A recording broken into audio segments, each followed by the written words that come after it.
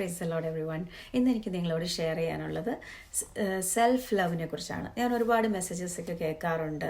നിങ്ങൾ നിങ്ങളെ തന്നെ സ്നേഹിക്കണം, എസ്പെഷ്യലി ഫോർ വിമൻ. ഈ ഒരു മെസ്സേജ് ഞാൻ കേൾക്കുന്നത്, നിങ്ങൾ നിങ്ങളെ തന്നെ സ്നേഹിക്കണം, നിങ്ങൾ നിങ്ങളുടെ ഇന്നർ സെൽഫിനെ, നിങ്ങളുടെ മനസാക്ഷി എന്താണോ പറയുന്നത്, നിങ്ങളുടെ ഇന്നർ സെൽഫിനെ നിങ്ങൾ ഫോളോ ചെയ്യണം, നിങ്ങൾ നിങ്ങളെ തന്നെ സന്തോഷിപ്പിക്കണം. അപ്പം നിങ്ങൾക്ക് എന്താണോ സന്തോഷം ലഭിക്കുന്നത് അത് നിങ്ങൾ ചെയ്യുക. നിങ്ങൾക്ക് സന്തോഷം ലഭിക്കുന്ന കാര്യങ്ങൾ, ഇപ്പം ലക്ഷറി ബാഗ് മേടിക്കുകയാണോ, അല്ലെങ്കിൽ നിങ്ങളൊരു വെക്കേഷന് പോകാനോ ഉള്ള കാര്യങ്ങളെല്ലാം നിങ്ങൾ ചെയ്തുകൊണ്ട് ഇങ്ങനെ നടക്കുക. നിങ്ങൾ നിങ്ങളെ തന്നെ സ്നേഹിക്കുക, അതൊക്കെ നിങ്ങൾക്ക് ഹാപ്പിനെസ് തരും. അതിൽ നിന്ന് എന്നെ ചിന്തിപ്പിച്ച ഒരു കാര്യം നിങ്ങളോട് ഷെയർ ചെയ്യാനാണ് ഞാനിന്ന്. അപ്പം നമ്മൾ ബൈബിളിൽ എന്താണ് പറഞ്ഞിരിക്കുന്നത് നോക്കിക്കഴിഞ്ഞാൽ നമുക്ക് കാണാൻ പറ്റും. യേശു പറഞ്ഞിരിക്കുന്നത് നമ്മൾ സെൽഫായിട്ട് ലവ് ചെയ്യണമെന്നല്ല. നിങ്ങൾ നിങ്ങളെപ്പോലെ തന്നെ നിങ്ങളുടെ അയൽക്കാരനെ സ്നേഹിക്കുക എന്നാണ്, അതുപോലെ നിങ്ങൾ നിങ്ങളുടെ ശത്രുവിനെ സ്നേഹിക്കുക എന്നാണ് പറഞ്ഞിരിക്കുന്നത്, അല്ലേ? അപ്പം അങ്ങനെയൊക്കെയാണ് ബൈബിളിൽ യേശു പറഞ്ഞിരിക്കുന്നത്. പക്ഷേ നമ്മളോട് ഈ ലോകം പറയുന്നത് നമ്മളെ തന്നെ സ്നേഹിക്കാനാണ്. അപ്പോൾ അത് ഒരു ഭയങ്കര കോൺട്രഡിക്ടറി ആയിട്ടുള്ള, നമ്മളിപ്പോൾ ഒരുപാട് നാൾ ജോലി ചെയ്തു, നമുക്കൊരു വെക്കേഷൻ വേണം, നമുക്കൊരു ബ്രേക്ക് വേണം, വിച്ച് ഇസ് ടോട്ടലി ഫൈൻ. നമ്മളൊരു വെക്കേഷൻ പോകുന്നത് തെറ്റല്ല, നമ്മളൊരു ബ്രേക്ക് എടുക്കുന്നത് തെറ്റല്ല, നമ്മൾ ഇതെല്ലാം ചെയ്യണം. പക്ഷേങ്കിൽ അത് നമ്മുടെ ഫോക്കസ് ആക്കാനായിട്ട് പാടില്ല എന്നാണ് ഞാൻ ബൈബിളിൽ നിന്ന് മനസ്സിലാക്കുന്നത്. നമ്മുടെ സെൻറ്റർ ഫോക്കസ് നമ്മളെ തന്നെ ആക്കുക, നമ്മളെ തന്നെ സന്തോഷിപ്പിക്കുക. അങ്ങനെ വരുമ്പം അതൊരു നമ്മുടെ ബൈബിളിൽ നിന്ന് ഒരുപാട് മാറിയ ഒരു കോൺസെപ്റ്റാണ്. അത് ഏത്തിയസ്റ്റ് മെൻറ്റാലിറ്റിയിൽ നിന്ന് വരുന്ന ഒരു കോൺസെപ്റ്റാണ്. നിങ്ങൾക്ക് ഇനഫ് ആണെന്നുള്ള ആ ഒരു കോൺസെപ്റ്റ്. അത് നമ്മളെ തന്നെ നമ്മൾ ദൈവമാക്കുകയാണ് അവിടെ ചെയ്യുന്നത്. അപ്പം നമ്മളെ തന്നെ ദൈവമാക്കി കഴിഞ്ഞാൽ നമ്മൾ തന്നെ നമ്മളെ സാറ്റിസ്ഫൈ ചെയ്യാനായിട്ട് ബാധ്യസ്ഥരാണ്. അപ്പം നമുക്ക് നമ്മളെ തന്നെ സാറ്റിസ്ഫൈ ചെയ്യാൻ പറ്റും. എത്രത്തോളം അങ്ങനെ സാറ്റിസ്ഫൈ ചെയ്യാൻ പറ്റും? അങ്ങനെ കുറേ നാൾ ചെയ്ത് കഴിയുമ്പോൾ എന്ത് പറ്റും? നമ്മൾ we will feel empty and then gradually നമ്മൾ ഡിപ്രഷനിലേക്ക് പോകും. അപ്പോൾ ഒരു പരിധിക്കുള്ളിൽ നമുക്ക് ഇതൊന്നും ചെയ്തുകൊണ്ടിരിക്കാൻ പറ്റില്ല. എപ്പോഴും നമുക്ക് വെക്കേഷന് പോകാൻ പറ്റുമോ? എപ്പോഴും നമുക്ക് ലക്ഷറി ക്ലോത്ത്സ് മേടിക്കാം? നമുക്ക് എപ്പോഴും നമ്മളെ തന്നെ ഇങ്ങനെ പാമ്പർ ചെയ്തുകൊണ്ടിരിക്കാനായിട്ട് നമുക്ക് പറ്റത്തില്ല, അല്ലേ? അതിനാണ് ദൈവം നമ്മളെ സൃഷ്ടിച്ചിരിക്കുന്നത് ഒരു സോഷ്യൽ ബീയിങ് ആയിട്ടാണ്.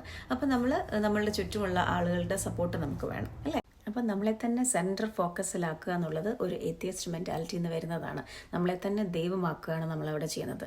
അത് ബൈബിളിന് വിപരീതമായിട്ടുള്ള ഒരു മീനിങ് തരുന്ന ഒരു ഐഡിയയാണ്.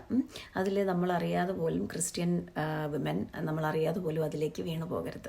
നമ്മളെ സൃഷ്ടിച്ചിരിക്കുന്നത് തന്നെ യേശു സ്നേഹിച്ചതുപോലെ മറ്റുള്ളവരെ സ്നേഹിക്കാനാണ് നമ്മളെ സൃഷ്ടിച്ചിരിക്കുന്നത്. അതായത് ഒരു സാക്രിഫിഷ്യൽ ലവ്, നമ്മളെ തന്നെ വേണ്ടെന്ന് വെച്ചുള്ള ഒരു സാക്രിഫിഷ്യൽ ലവ് ആണ് ജീസസ് നമുക്ക് തന്നത്. അതുപോലെ തന്നെ നമ്മളുമാകാനാണ് ജീസസ് നമ്മളെ വിളിച്ചത്. അപ്പോൾ പിതാവായ ദൈവം നമുക്ക് വേണ്ടി സ്വന്തം പുത്രനെ തന്നെ തന്നു, അല്ലേ? അങ്ങനെയുള്ളൊരു സ്നേഹമാണ് പിതാവ് തന്നത്. അത്രയ്ക്കും സാക്രിഫിഷ്യൽ ആയിട്ടുള്ളൊരു ലവ് ആണ് ദൈവം നമുക്ക് വേണ്ടി തന്നത്. പിന്നെ നമ്മൾ സെൽഫ് ലവും ഈ കാര്യങ്ങളൊക്കെ പറയുന്നത് നമ്മളെ സന്തോഷിപ്പിക്കാൻ വേണ്ടിയാണല്ലോ. പക്ഷെ ബൈബിളിൽ എങ്ങനെയാണ് സന്തോഷം എവിടെയാണെന്നാണ് പറയുന്നത് നമുക്കൊന്ന് നോക്കാം.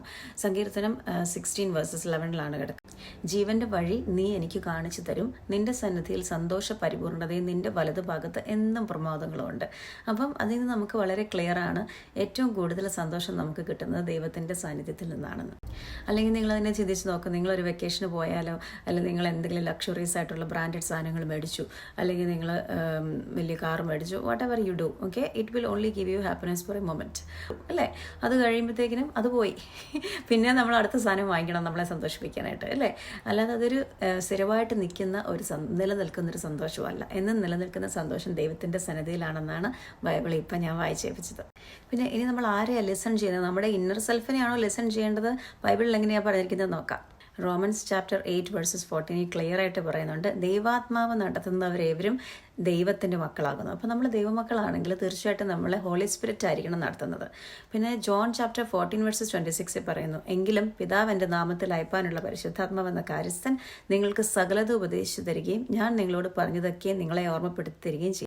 അപ്പം ഈ വചനത്തിൽ നിന്ന് വളരെ ക്ലിയർ ആണ്, നമ്മളെ വഴി നടത്തുന്നത് ഹോളി സ്പിരിറ്റ് ആണ്. നമുക്കെല്ലാം പറഞ്ഞു തരുന്നത്, നമുക്ക് ഡിറക്ഷൻ പറഞ്ഞു തരുന്നത് ഹോളി സ്പിരിറ്റ് ആണ്. നമുക്കെല്ലാം ഡിറക്റ്റ് ചെയ്യുന്നത് നമ്മൾ സ്വന്തമായിട്ടല്ല, നമ്മൾ സ്വന്തം ജ്ഞാനത്തിൽ ആശ്രയിച്ചല്ല പോകേണ്ടത്, നമ്മൾ ഹോളി സ്പിരിറ്റിലാണ് ആശ്രയിക്കേണ്ടത്. പിന്നെ എനിക്ക് ഫൈനലായിട്ട് നിങ്ങളോട് പറയാനുള്ളത്, ഇത് നിങ്ങളുടെ ചോയ്സാണ്. ദൈവം നമുക്ക് എല്ലാവർക്കും ഫ്രീ വില്ല് തന്നിട്ടുണ്ട്. നമുക്ക് ഇഷ്ടമുള്ളത് നമുക്ക് ചൂസ് ചെയ്യാം. നമുക്കെല്ലാം 3 പാർട്ടാണ് നമ്മുടെ ബോഡിയിലുള്ളത്. അതായത് ബോഡി, സോൾ ആൻഡ് സ്പിരിറ്റ്. ദേഹി എന്ന് പറയുന്നത് നമ്മുടെ മനസാക്ഷി, അതായത് നമ്മുടെ ഫ്ലഷ്ലി ഡിസയേഴ്സ്, അല്ലേ? അപ്പം കാര്യം ചെയ്യണം. അപ്പം നമ്മുടെ വേൾഡ്ലി ഡിസയേഴ്സ് ആണ് ഫസ്റ്റ് നമ്മളെ ലീഡ് ചെയ്യുന്നത്.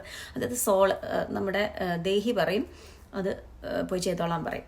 അപ്പോൾ നമ്മുടെ ഹോളി സ്പിരിറ്റ് ഇരിക്കുന്നത് നമ്മുടെ സ്പിരിറ്റിലാണ്. അപ്പം പരിശുദ്ധാത്മ വന്ന ഹോളി സ്പിരിറ്റ് നമ്മളോട് പറയും, ഇപ്പോൾ ചെയ്യണ്ട, ഇപ്പോൾ അങ്ങനെ പറയണ്ട, വെയിറ്റ് ചെയ്യുക, പ്രാർത്ഥിക്കുക. പക്ഷെ നമ്മൾ എന്ത് ചെയ്യും? നമ്മളാണ് ചൂസ് ചെയ്യുന്നത്. നമുക്ക് ഫ്രീ വില്ല് ദൈവം തന്നിട്ടുണ്ട്. നമുക്ക് നമ്മുടെ ഇഷ്ടത്തിന് പോകാം, നമ്മുടെ മനസ്സാക്ഷി പറയുന്നതനുസരിച്ച് നമുക്ക് നമ്മളെ തന്നെ സന്തോഷിപ്പിക്കാൻ പോകാം. അല്ലെങ്കിൽ ഹോളി സ്പിരിറ്റ് പറയുന്നത് പോലെ നമുക്ക് വെയിറ്റ് ചെയ്യാം പേഷ്യൻ്റായിട്ട്. അപ്പം നമ്മൾ വെയിറ്റ് ചെയ്ത് പേഷ്യൻ്റായിട്ട് മുന്നോട്ട് പോകുമ്പോഴായിരിക്കും നമുക്ക് ട്രൂ സക്സസ് ലഭിക്കുന്നത്, നമുക്ക് ദൈവം എന്നും നിലനിൽക്കുന്ന വിജയം നൽകുന്നത്. അതേസമയം നമ്മൾ നമ്മുടെ ഇഷ്ടത്തിന് പോയാൽ ചിലപ്പം ആ ട്രൂ സക്സസ് ലഭിക്കും. പെട്ടെന്നുള്ള ഒരു സന്തോഷം നമുക്ക് അതിൽ നിന്ന് കിട്ടും. പക്ഷേ എന്നും നിലനിൽക്കുന്ന ഒരു ട്രൂ സക്സസ് നമുക്ക് കിട്ടണമെങ്കിൽ ഹോളി സ്പിരിറ്റ് പറയുന്ന പോലെ നമ്മൾ പോകണം. അപ്പോഴാണ് നമുക്ക് അങ്ങനെയുള്ളൊരു ട്രൂ സക്സസ് കിട്ടുന്നത്.